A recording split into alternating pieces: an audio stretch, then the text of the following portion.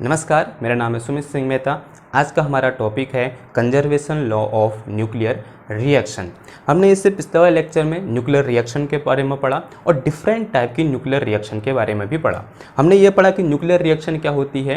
Nuclear reaction एक ऐसी reaction है जिसमें कोई एक न्यूक्लियस किसी एक न्यूक्लियर पार्टिकल को कैप्चर करता है और उस कैप्चर करने से या फिर उस न्यूक्लियस के उस न्यूक्लियर पार्टिकल को कैप्चर करने से उसकी एनर्जी और एंगुलर मोमेंटम में क्या आ जाता है, चेंज आ जाता है। तो इस टाइप की प्रोसेस को हम क्या बोल देते हैं, न्यूक्लियर रिएक्शन बोल देते हैं। हमने ये देखा कि किस तरीके से हम किसी एक न्यूक्लियर रिएक्शन को जनरली रिप्रेजेंट कर सकते हैं। हम किसी एक न्यूक्लियर रिएक्शन को जनरली इस तरीके से रिप्रेजेंट कर सकते हैं, small x plus capital X is changes to small y into plus capital Y।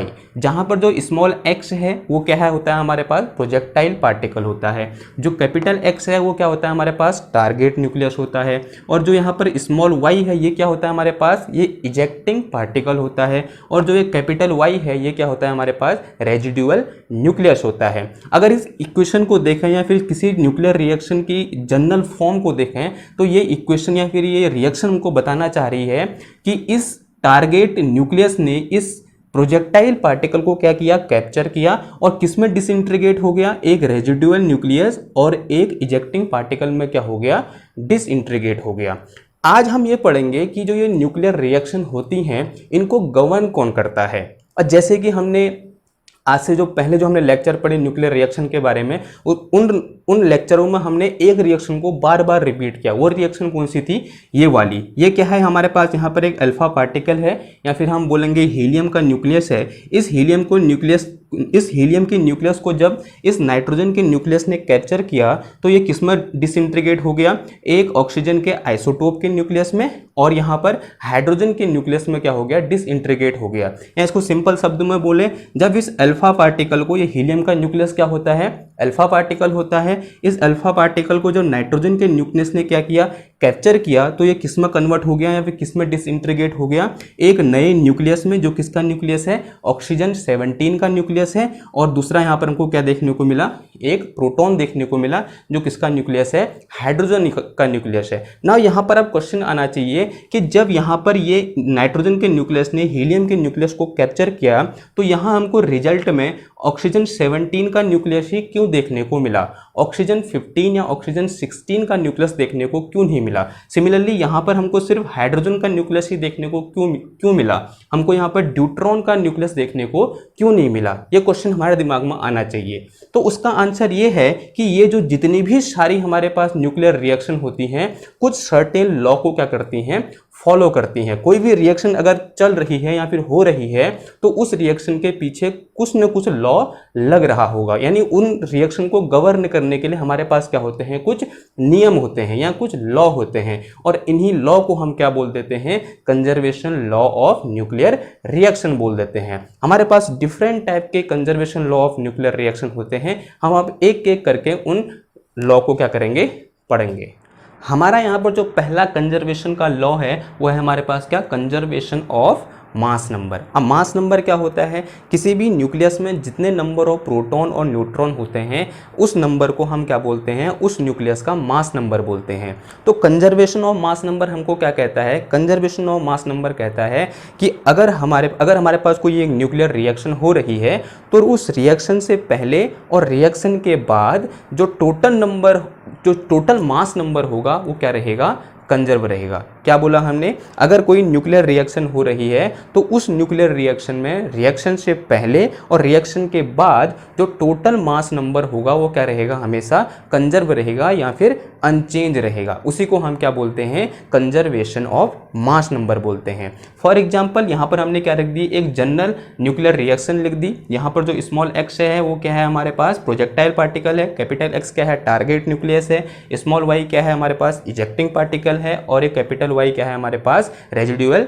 Nucleus है। मैंने यहाँ पर अज्यूम कर लिया कि स्मॉल x का जो मास नंबर है वो कितना है, स्मॉल a है, और कैपिटल X का जो मास नंबर है वो कितना है हमारे पास, कैपिटल A है। स्मॉल y का जो मास नंबर है वो स्मॉल a डैश है, और जो कैपिटल Y का जो मास नंबर है वो कितना है, कैपिटल A डैश है। तो अगर मैं इस इक्वेशन में कंजर्वेशन ऑफ मास नंबर का लॉ लगाऊंगा तो मैं क्या लिख दूंगा, A plus capital A is equal to A dash plus capital A dash. तो ये क्या हो गया, mass, total mass number reaction होने से पहले, और ये क्या हो गया, टोटल मास नंबर रिएक्शन होने के बाद, दोनों क्या हैं, बराबर हैं। तो ये क्या हो गया हमारे पास, कंजर्वेशन ऑफ मास नंबर हो गया। ठीक है, अब जो हमारे पास दूसरा कंजर्वेशन का लॉ है वो क्या है हमारे पास, कंजर्वेशन ऑफ एटॉमिक नंबर। अब एटॉमिक नंबर से क्या मतलब हुआ, किसी भी न्यूक्लियस में जितने नंबर ऑफ प्रोटॉन होते हैं उस नंबर को हम क्या बोल देते हैं, उस न्यूक्लियस का एटॉमिक नंबर बोल देते हैं। तो कंजर्वेशन ऑफ एटॉमिक नंबर क्या बोलता है, कंजर्वेशन ऑफ एटॉमिक नंबर बोलता है किसी भी न्यूक्लियर रिएक्शन में रिएक्शन से पहले और रिएक्शन के बाद जो टोटल नंबर ऑफ प्रोटॉन होते हैं वो क्या रहते हैं, अनचेंज रहते हैं। ठीक है, कोई भी अगर न्यूक्लियर रिएक्शन हो रही है, उस न्यूक्लियर रिएक्शन के दौरान, उस रिएक्शन से पहले और रिएक्शन के बाद जो टोटल नंबर ऑफ प्रोटॉन होंगे वो क्या रहेंगे, कांस्टेंट रहेंगे, यानी अनचेंज रहेंगे। मैंने यहाँ पर अज्यूम कर लिया कि एक रिएक्शन हो रही है, एक न्यूक्लियर रिएक्शन हो रही है, इस कैपिटल एक्स ने या टारगेट न्यूक्लियस ने इस स्मॉल एक्स से यानी प्रोजेक्टाइल पार्टिकल को कैप्चर किया और किस में डिसइंटीग्रेट हो गया, स्मॉल वाई, और कैपिटल वाई में क्या हो गया, डिसइंटीग्रेट हो गया। मैंने यहाँ पर अज्यूम कर लिया कि जो इस स्मॉल एक्स का जो हमारे पास एटॉमिक नंबर है वो कितना है, स्मॉल जेड है, और कैपिटल एक्स का जो हमारे पास एटॉमिक नंबर है वो कितना है, कैपिटल जेड है, और यहाँ पर जो स्मॉल वाई है उसका जो हमारे पास एटॉमिक नंबर है वो कितना है, जेड डैश है, और कैपिटल वाई का एटॉमिक नंबर कितना है, इसका कितना है, स्मॉल जेड डैश, और इसका कितना है, कैपिटल जेड डैश है। अगर मैं यहाँ पर क्या लगाऊंगा, कंजर्वेशन ऑफ एटॉमिक नंबर लगाऊंगा, तो कंजर्वेशन ऑफ एटॉमिक नंबर क्या हो जाएगा, total number of proton before reaction is equal to total number of proton after reaction. वही हमने यहाँ पर लिख दिया, ये क्या है, total number of proton before reaction, और ये क्या है, total number of proton after reaction. तो ये क्या था हमारे पास, कंजर्वेशन ऑफ मास नंबर, ये क्या था हमारे पास, कंजर्वेशन ऑफ एटॉमिक नंबर। इसी इन दोनों कंजर्वेशन लॉ को हम इस एग्जाम्पल की हेल्प से देख सकते हैं। तो यहाँ पर जो ये रिएक्शन है, इस हीलियम के न्यूक्लियस को इस नाइट्रोजन के न्यूक्लियस ने कैप्चर किया और किसमें डिसइंटीग्रेट हो गया, ऑक्सीजन के न्यूक्लियस, और यहाँ पर हाइड्रोजन के न्यूक्लियस यानी प्रोटॉन में क्या हो गया, डिसइंटीग्रेट हो गया। अगर मैं यहाँ पर कंजर्वेशन ऑफ मास नंबर लगाऊं, कंजर्वेशन ऑफ मास नंबर क्या कहता है कि रिएक्शन से पहले जो टोटल मास नंबर होगा वो रिएक्शन के बाद टोटल मास नंबर के बराबर होगा। ये क्या है, पहला वाला देखो, रिएक्शन से पहले हमारे पास मास नंबर कितना है, इसका मास नंबर 4 और नाइट्रोजन का मास नंबर कितना है 14, तो total mass number 4 + 14। Okay, similarly यहाँ पर रिएक्शन के बाद टोटल मास नंबर इसका कितना है, ऑक्सीजन का 17, और यहाँ पर हाइड्रोजन का कितना है 1, तो 17 + 1 कितना हो गया, ये 18, एंड 14 + 4 कितना हो गया, 18। यानी ये क्या कर रहा है, कंजर्वेशन ऑफ मास नंबर को फॉलो कर रही है, कौन, ये इक्वेशन।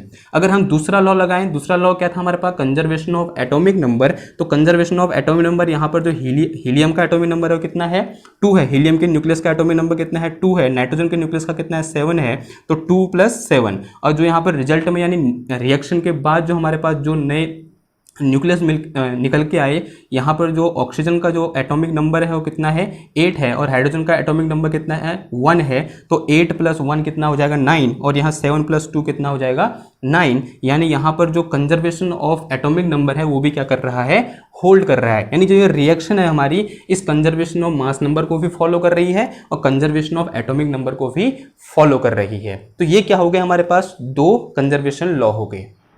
अब यहाँ पर जो हमारा नया कंजर्वेशन का लॉ है वो है हमारे पास कंजर्वेशन ऑफ एनर्जी। अब कंजर्वेशन ऑफ एनर्जी क्या कहती है हमसे, कंजर्वेशन ऑफ एनर्जी का लॉ हमसे कहता है कि जब भी कोई एक न्यूक्लियर रिएक्शन होगी तो उस न्यूक्लियर रिएक्शन में रिएक्शन से पहले जो टोटल एनर्जी होगी वो रिएक्शन के बाद टोटल एनर्जी के बराबर होगी ना। टोटल एनर्जी का मतलब क्या हुआ, टोटल एनर्जी का मतलब यहाँ पर हुआ sum of rest mass energy and kinetic energy of individual nuclei. तो जितने भी न्यूक्लियाई रिएक्शन से पहले रिएक्शन में पार्ट ले रहे होंगे उनके रेस्ट मास एनर्जी और काइनेटिक एनर्जी का जो सम होगा वो क्या कहलाएगा, हमारा total energy of that nuclei कहलाएगा। ठीक है, तो कंजर्वेशन ऑफ एनर्जी क्या है कि किसी भी न्यूक्लियर रिएक्शन में न्यूक्लियर से रिएक्शन से पहले जितनी एनर्जी होगी, जितनी टोटल एनर्जी होगी, रिएक्शन के बाद भी उतनी ही एनर्जी होगी। हमने यहाँ पर अज्यूम कर लिया कि हमारे पास क्या है, एक रिएक्शन है, ये क्या है, स्मॉल एक्स। अब हम सब जानते हैं कि स्मॉल एक्स क्या है, बहुत बार बता दिया है, क्या है, प्रोजेक्टाइल पार्टिकल है। कैपिटल एक्स क्या है हमारे पास, टारगेट न्यूक्लियस है। स्मॉल वाई क्या है हमारे पास, इजेक्टिंग पार्टिकल है। और कैपिटल वाई क्या है हमारे पास, रेजिडुअल न्यूक्लियस है। ये क्या है हमारे पास, एक जनरल फॉर्म है किसी भी एक न्यूक्लियर रिएक्शन का। यहाँ पर एक न्यूक्लियस ये है, एक न्यूक्लियस ये है, एक न्यूक्लियस ये है, एक न्यूक्लियस ये है। अगर मैं यहाँ पर एक्स के लिए देखूं, इस x की टोटल एनर्जी क्या हो जाएगी, x की rest mass energy plus x की काइनेटिक एनर्जी, स्मॉल x की rest mass energy plus small x की काइनेटिक एनर्जी। इसकी रेस्ट मास एनर्जी कितनी हो जाएगी, mc²। मैंने अज्यूम कर लिया जो स्मॉल x है उसका मास कितना है m, उसके बेस में कितना स्मॉल x, तो ये क्या है, mass of this small x nuclei. तो ये क्या हो गया, rest mass of small x। और ये e के नीचे स्मॉल x, e के बेस में कितना है स्मॉल x, ये क्या हो गया, kinetic energy of small x या फिर प्रोजेक्टाइल पार्टिकल। तो ये क्या आ गया, इतना total energy of projectile particle. Similarly यहाँ पर जो m के बेस में कैपिटल x, ये क्या हो गया, मास ऑफ कैपिटल x या mass of target nuclei into c² mx c², ये क्या हो गया, rest mass of capital x plus kinetic, sorry rest mass बोल रहा हूँ, क्या, rest mass energy of capital x। और ये क्या हो गया, प्लस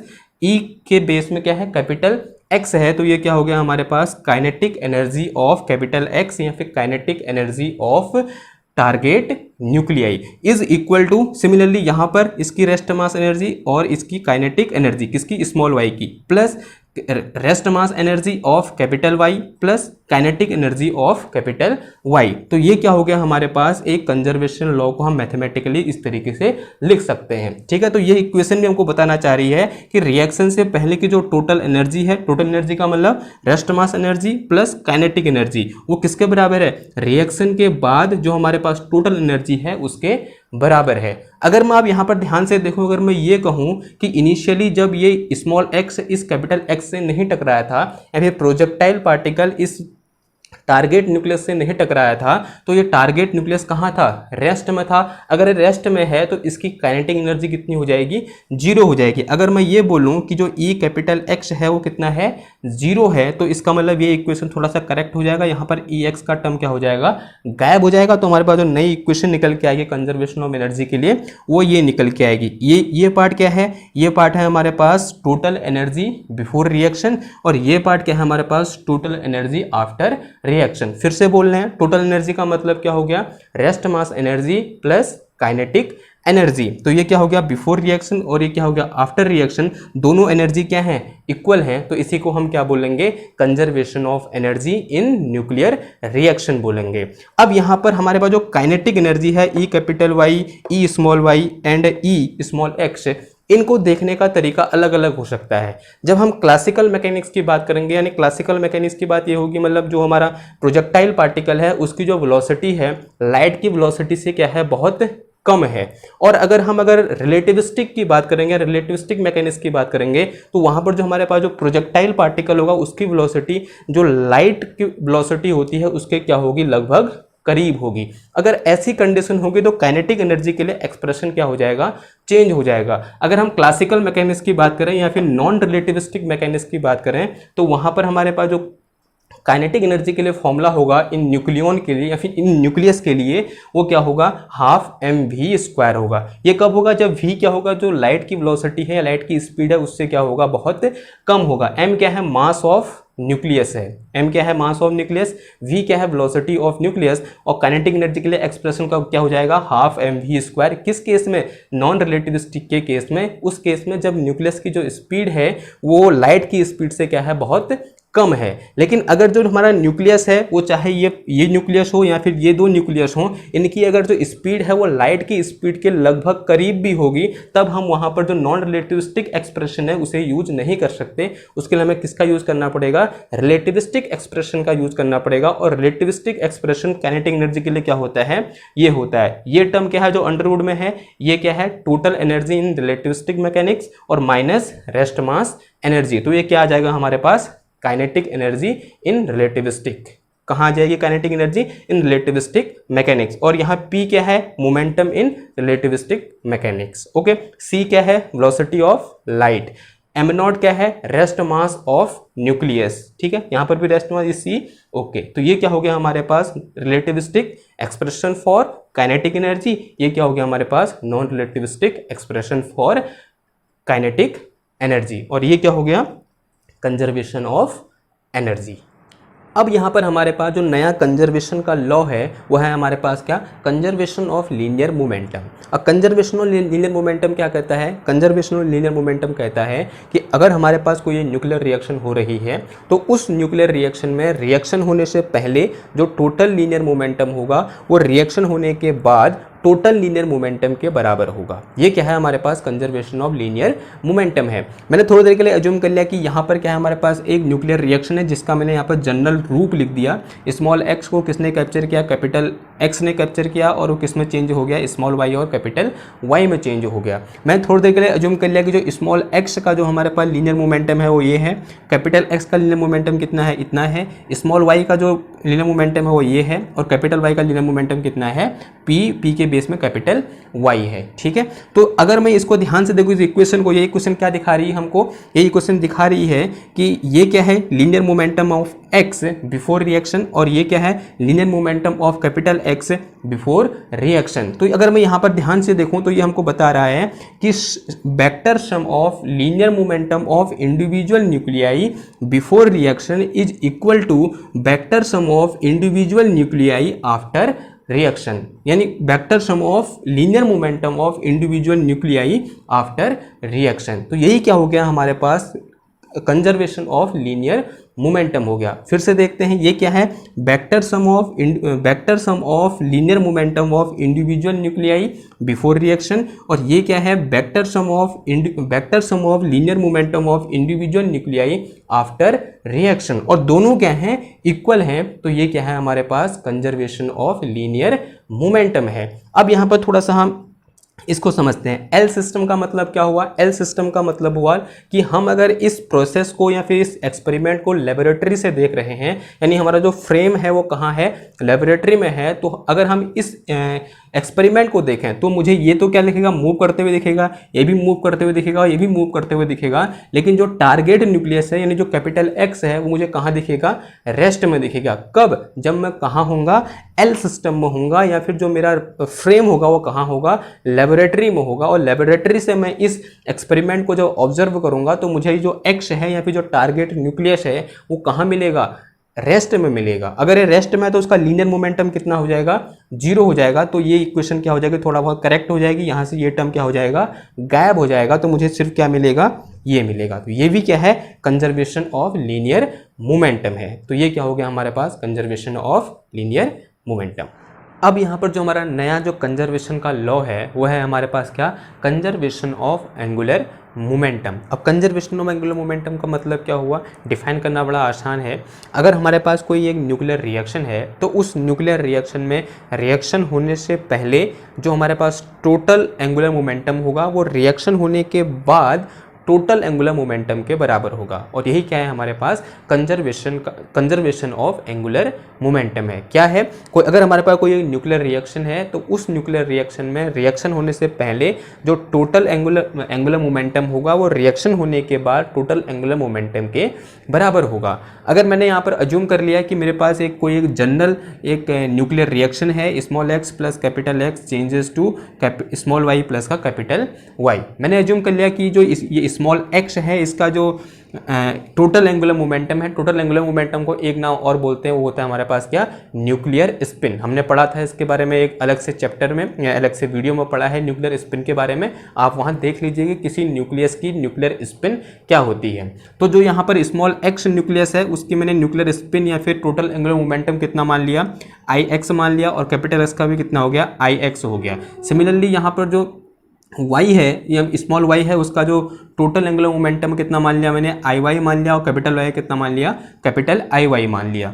अब यहाँ पर एक नया टर्म आ रखा है एल एक्स और एल वाई, एल एक्स और एल वाई। अब एल एक्स और एल वाई क्या है, जो यहाँ पर एल एक्स है वो है relative orbital angular momentum of X, capital X and capital Y. अब relative angular momentum of capital X capital Y क्या होगा, अब कुछ एंगुलर मोमेंटम किसका होगा, इस कैपिटल एक्स का होगा और कुछ एंगुलर मोमेंटम किसका होगा, इस स्मॉल एक्स का होगा। दोनों क्या है, न्यूक्लियस है, यानी इस न्यूक्लियस के पास भी क्या होगा, कुछ ऑर्बिटल एंगुलर मोमेंटम होगा और कुछ इस न्यूक्लियस के पास भी क्या होगा, ऑर्बिटल एंगुलर मोमेंटम होगा। अब इसको डिफाइन करना अभी पॉसिबल नहीं है क्योंकि हमने इस पर एक अलग से वीडियो बना रखा है कि किसी न्यूक्लियस के ऑर्बिटल एंगुलर मोमेंटम को हम किस तरीके से डिफाइन करते हैं। तो कुछ इसका होगा ऑर्बिटल एंगुलर मोमेंटम और कुछ इसका होगा, और उनका जो रिलेटिव इफेक्ट होगा वो किसके बराबर होगा, Lx के बराबर होगा। यानी जो स्मॉल Lx है वो क्या है, इन दोनों के ऑर्बिटल एंगुलर मोमेंटम का रिलेटिव इफेक्ट है, जो कि हमने यहां पर लिखा है। सिमिलरली यहां पर जो Ly है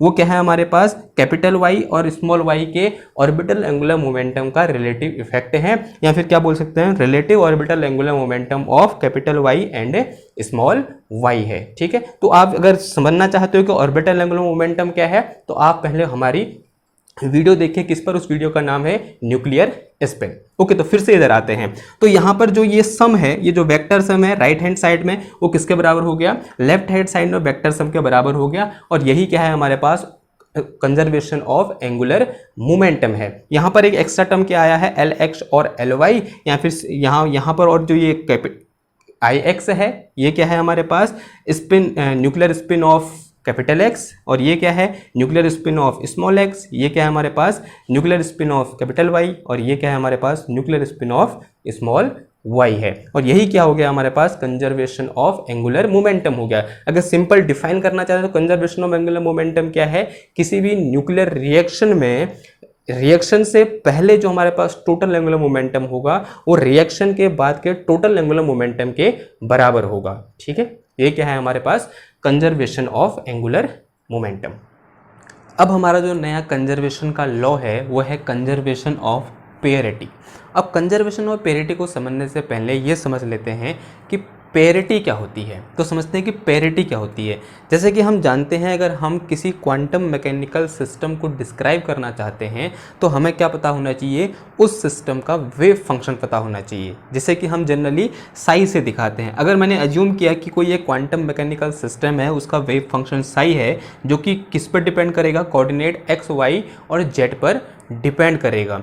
और इसी वेव फंक्शन की एक प्रॉपर्टी होती है जिसे हम क्या बोलते हैं, पेरिटी बोलते हैं। तो पेरिटी क्या है, किसी भी एक क्वांटम मैकेनिकल सिस्टम को डिस्क्राइब करने के लिए जो वेव फंक्शन की ज़रूरत होती है उसकी एक प्रॉपर्टी होती है, या उस वेव फंक्शन की एक प्रॉपर्टी होती है जिसे हम क्या बोलते हैं, पेरिटी बोलते हैं।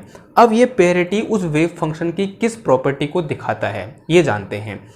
पेरिटी ये दिखाता है कि अगर हम किसको चेंज करें, इस कोऑर्डिनेट को चेंज कर दें, जो एक्स वाई जेड कोऑर्डिनेट पर जो वेव फंक्शन डिपेंड कर रहा है, अगर हम इस कोऑर्डिनेट को, इस एक्स वाई जेड को क्या कर दें, पलट दें, क्या कर दें, इनको रोटेट कर दें, तो इस फंक्शन के बिहेवियर में किस तरह से चेंज आएगा वो दिखाता है कौन, पेरिटी। ठीक है, तो क्या बोला हमने कि जो यहाँ पर वेव फंक्शन फाई है ये किस पर डिपेंड कर रहा है, कोऑर्डिनेट एक्स वाई जेड पर डिपेंड कर रहा है। अगर मैं कोऑर्डिनेट एक्स वाई जेड को क्या कर दूं, रोटेट कर दूं, तो उस रोटेशन की वजह से ये फाई के बिहेवियर में जो चेंज आएगा, या फिर इस वेव फंक्शन के बिहेवियर में जो चेंज आएगा, उसको कौन दिखाता है, पेरिटी दिखाता है। मैंने अज्यूम कर लिया कि जो यहाँ पर मेरे पास एक्स वाई जेड कोऑर्डिनेट थे, इसको मैंने क्या कर दिया, रिफ्लेक्ट कर दिया या रोटेट कर दिया, यानी एक्स वाई जेड को क्या बना दिया मैंने, minus X minus Y minus Z कर दिया। तो ऐसा करने पे जो इस फंक्शन के बिहेवियर में जो चेंज आएगा उसे कौन दिखाएगा, पेरिटी दिखाएगा। तो अगर मैं यहाँ पर फाई को एक्स वाई जेड को किससे चेंज कर दूं, minus X minus Y minus Z से चेंज कर दूं, और जो फंक्शन होगा उसमें अगर कोई चेंज ना आए, यानी जैसा फंक्शन पहले था वही फंक्शन मिले, क्या करने पर, हमें जो यहाँ पर कोऑर्डिनेट है उनको चेंज करने पे, उनको रिफ्लेक्ट करने पर जो पहले जो वेव फंक्शन था वही वेव फंक्शन हमको मिले, तो इस टाइप की पेरिटी, इस टाइप के वेव फंक्शन को हम बोलते हैं कि ये वेव फंक्शन कहाँ है, इवन पेरिटी में है। ठीक है, अगर इस तरीके से अगर हम कोऑर्डिनेट को क्या करें, रिफ्लेक्ट करें, यहाँ पर कोऑर्डिनेट को क्या रिफ्लेक्ट किया, एक्स वाई जेड से कहाँ रिफ्लेक्ट कर दिया, minus X minus Y minus Z में रिफ्लेक्ट किया, और वेव फंक्शन में कोई भी चेंज नहीं आया, यानी जैसा वेव फंक्शन पहले था, रिफ्लेक्ट करने से पहले था, वही वेव फंक्शन रिफ्लेक्ट करने के बाद है, तो हम कहते हैं कि इस टाइप के वेव फंक्शन की कैसी पेरिटी है, इवन पेरिटी है, या हम बोलते हैं कि ये वेव फंक्शन इवन पेरिटी में है। तो इस टाइप की पेरिटी को हम क्या बोलते हैं, इवन पेरिटी बोलते हैं। अगर जो कोऑर्डिनेट हैं उनको रिफ्लेक्ट करने में कुछ इस तरह का चेंज आए, यानी ये कैसा हो जाए, -5 हो जाए, यानी किसमें चेंज आ जाए, फंक्शन में चेंज आ जाए, जो वेव फंक्शन है उसमें चेंज आ जाए, यानी वो वेव फंक्शन में क्या आ जाए, इधर नेगेटिव साइन आ जाए, तो इस टाइप के वेव फंक्शन को हम बोलते हैं कि ये वेव फंक्शन कहाँ है, ऑड पेरिटी में है। तो इस तरह से जो पेरिटी होती है वो किसी भी एक वेव फंक्शन की क्या होती है, प्रॉपर्टी होती है, और वो ये दिखाती है कि जिस कोऑर्डिनेट पर वो वेव फंक्शन डिपेंड कर रहा है, उन कोऑर्डिनेट को चेंज करने पर या उनको रिफ्लेक्ट करने पर वेव फंक्शन के बिहेवियर में क्या चेंज आएगा। अगर कोई चेंज नहीं आएगा तो वो कैसी पेरिटी होगी, इवन पेरिटी होगी। अगर इस टाइप का चेंज आएगा तो वो कैसी पेरिटी होगी, ऑड पेरिटी होगी। तो ये तो क्या होगी, हमारी ऑड पेरिटी। अब ये जानते हैं कि न्यूक्लियर रिएक्शन में कंजर्वेशन ऑफ पेरिटी से क्या मतलब है। मैंने यहाँ पर अज्यूम कर लिया कि हमारे पास एक न्यूक्लियर रिएक्शन है जो इस तरीके की है, स्मॉल एक्स कैपिटल एक्स के साथ कैप्चर हो रहा है और क्या बना दे रहा है, स्मॉल वाई और कैपिटल वाई बना दे रहा है। इनकी मीनिंग वही है जो अभी तक हम पढ़ते हुए आ रहे हैं। मैंने अज्यूम कर लिया कि जो ये स्मॉल एक्स न्यूक्लियस है इसकी इंट्रिंसिक पेरिटी कितनी है, इतनी है, और जो कैपिटल एक्स जो न्यूक्लियस है उसकी इंट्रिंसिक पेरिटी ये है, और जो वाई स्मॉल वाई जो न्यूक्लियस है उसकी इंट्रिंसिक पेरिटी इतनी है, और जो कैपिटल वाई जो न्यूक्लियस है उसकी इंट्रिंसिक पेरिटी इतनी है। अब कंजर्वेशन ऑफ पेरिटी ये कहता है कि अगर हमारे पास कोई एक न्यूक्लियर रिएक्शन है तो उस न्यूक्लियर रिएक्शन में रिएक्शन होने से पहले जो पेरिटी होगी वो रिएक्शन होने के बाद की पेरिटी के बराबर होगी, यानी इनिशियल पेरिटी फाइनल पेरिटी के क्या होगी, बराबर होगी। अब पहले ये जान लेते हैं कि इनिशियल प्रॉपर्टी किसके बराबर, इनिशियल पेरिटी क्या होती है और फाइनल पेरिटी क्या होती है। सबसे पहले बात करते हैं इनिशियल पेरिटी की। अब इनिशियली हमारे पास कौन कौन से न्यूक्लियाई हैं, स्मॉल एक्स और कैपिटल एक्स। अब इनिशियल पेरिटी इन दोनों न्यूक्लियस के इंट्रिंसिक पेरिटी के प्रोडक्ट के बराबर होती है। इनिशियल पेरिटी क्या होती है, जो हमारे पास इनिशियल में जो हमारे पास दो न्यूक्लियाई हैं, इन दोनों न्यूक्लियाई के इंट्रिंसिक पेरिटी के प्रोडक्ट के बराबर होती है। कौन, जो हमारे पास क्या होती है, इनिशियल पेरिटी होती है। यहाँ एक एक्स्ट्रा टर्म आता है -1 की पावर Lx, और जहाँ ये Lx क्या है हमारे पास, ये है हमारे पास ऑर्बिटल एंगुलर मोमेंटम। तो ये तो क्या हो गया हमारे पास, इनिशियल पेरिटी। सिमिलरली किसको डिफाइन करेंगे हम, फाइनल पेरिटी को डिफाइन करेंगे। तो फाइनल में हमारे पास क्या है, प्रोडक्ट में हमारे पास दो न्यूक्लियाई हैं, एक है स्मॉल वाई और एक है कैपिटल वाई। तो इन दोनों न्यूक्लियाई के इंट्रिंसिक पेरिटी के प्रोडक्ट को हम क्या बोलते हैं, फाइनल पेरिटी बोलते हैं। यहाँ पर एक एडिशनल टर्म आ रहा है -1 की पावर Ly, और यहाँ Ly फिर से क्या है हमारे पास, ऑर्बिटल एंगुलर मोमेंटम है। और एक्चुअल में जो पेरिटी होगी, फाइनल पेरिटी होगी किसके बराबर होगी, जो हमारे पास फाइनल प्रोडक्ट है या जो फाइनल न्यूक्लियाई हैं y और स्मॉल वाई और कैपिटल वाई, इन दोनों न्यूक्लियाई के इंट्रिंसिक पेरिटी के प्रोडक्ट के बराबर होगी। तो ये क्या होगा, इनिशियल पेरिटी, और ये क्या हो गया, फाइनल पेरिटी। अब अगर यहाँ पर हम कंजर्वेशन ऑफ पेरिटी लगाएं तो कंजर्वेशन ऑफ पेरिटी से क्या होता है, क्या पता है हमको कि जो इनिशियल पेरिटी होगी वो फाइनल पेरिटी के बराबर होगी। तो यहाँ पे initial parity equal to final parity हम लिख सकते हैं। यहाँ पर मैंने इसकी वैल्यू ये पुट कर दी और इस फाइनल की वैल्यू मैंने यहाँ पर ये पुट कर दी। तो ये क्या हो गया हमारे पास, कंजर्वेशन ऑफ पेरिटी। अब यहाँ पर जो आखिरी हमारा जो कंजर्वेशन का लॉ है वो है हमारे पास कंजर्वेशन ऑफ आइसोस्पिन। आइसोस्पिन क्या होता है, आइसोस्पिन एक क्वांटम नंबर है जो उन पार्टिकल को डिफाइन या उन पार्टिकल को आइडेंटिफाई करने के काम आता है जिनका मास लगभग क्या होता है, बराबर होता है। जैसे प्रोटॉन और न्यूट्रॉन। प्रोटॉन और न्यूट्रॉन को डिफाइन आइडेंटिफाई किसकी हेल्प से करेंगे हम, आइसोस्पिन क्वांटम नंबर की हेल्प से करेंगे। जैसे प्रोटॉन के लिए जो आइसोस्पिन क्वांटम नंबर की वैल्यू होती है वो +1/2 होती है, और वहीं जो न्यूट्रॉन के लिए जो आइसोस्पिन क्वांटम नंबर की वैल्यू होती है वो -1/2 होती है। ठीक है, तो इस तरीके से हम उन पार्टिकल को आइडेंटिफाई कर सकते हैं आइसोस्पिन क्वांटम नंबर की हेल्प से जिनका मास लगभग क्या होता है, बराबर होता है। अगर हम किसी एक न्यूक्लियस की बात करें तो किसी न्यूक्लियस के लिए किसी आइसोस्पिन को हम इस तरीके से डिफाइन कर सकते हैं। एक्चुअल में ये क्या है, आइसोस्पिन का थर्ड कंपोनेंट है। क्या है, आइसोस्पिन के थर्ड कंपोनेंट का मैग्नीट्यूड है। तो आइसोस्पिन के थर्ड कंपोनेंट का मैग्नीट्यूड किसी न्यूक्लियस के लिए हम इस तरीके से डिफाइन कर सकते हैं, -1/2 n - z। n क्या है यहाँ पर, नंबर ऑफ न्यूट्रॉन, और z क्या है यहाँ पर, नंबर ऑफ प्रोटॉन है। तो इस तरीके से हम क्या कर सकते हैं, किसी भी न्यूक्लियस के लिए आइसोस्पिन के थर्ड कंपोनेंट को डिफाइन कर सकते हैं। ठीक है, अब समझते हैं कि जो न्यूक्लियर रिएक्शन होती है उसमें कंजर्वेशन ऑफ आइसोस्पिन से क्या मतलब है। तो उसका मतलब बड़ा सिंपल है कि अगर हमारे पास कोई एक न्यूक्लियर रिएक्शन है तो न्यूक्लियर रिएक्शन में जो इनिशियल आइसोस्पिन होगा वो फाइनल आइसोस्पिन के बराबर होगा। या इसको दूसरे शब्दों में बोलें कि रिएक्शन शुरू होने से पहले जो आइसोस्पिन होगा वो रिएक्शन के बाद आइसोस्पिन के बराबर होगा। मैंने यहाँ पर फिर से एज्यूम कर लिया वही पुरानी न्यूक्लियर रिएक्शन, एक जनरल रिएक्शन एज्यूम कर ली, x capital X changes to small y capital Y।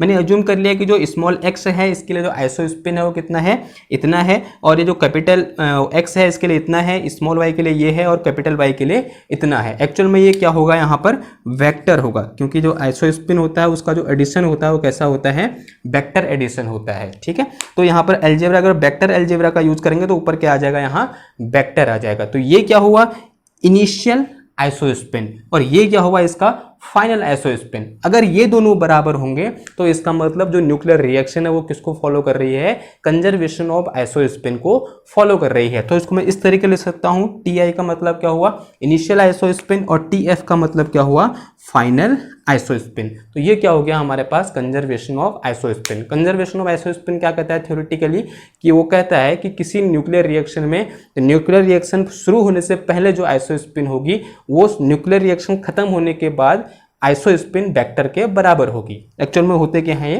Vector होते हैं। ठीक है, तो आज के लिए बस इतना ही। तो आपको, आई होप आपको समझ में आया होगा। यहाँ पर जो हमने कंजर्वेशन लॉ पढ़े, 7 कंजर्वेशन लॉ पढ़े। मिलते हैं आपसे नेक्स्ट क्लास में, तब तक के लिए थैंक यू, धन्यवाद।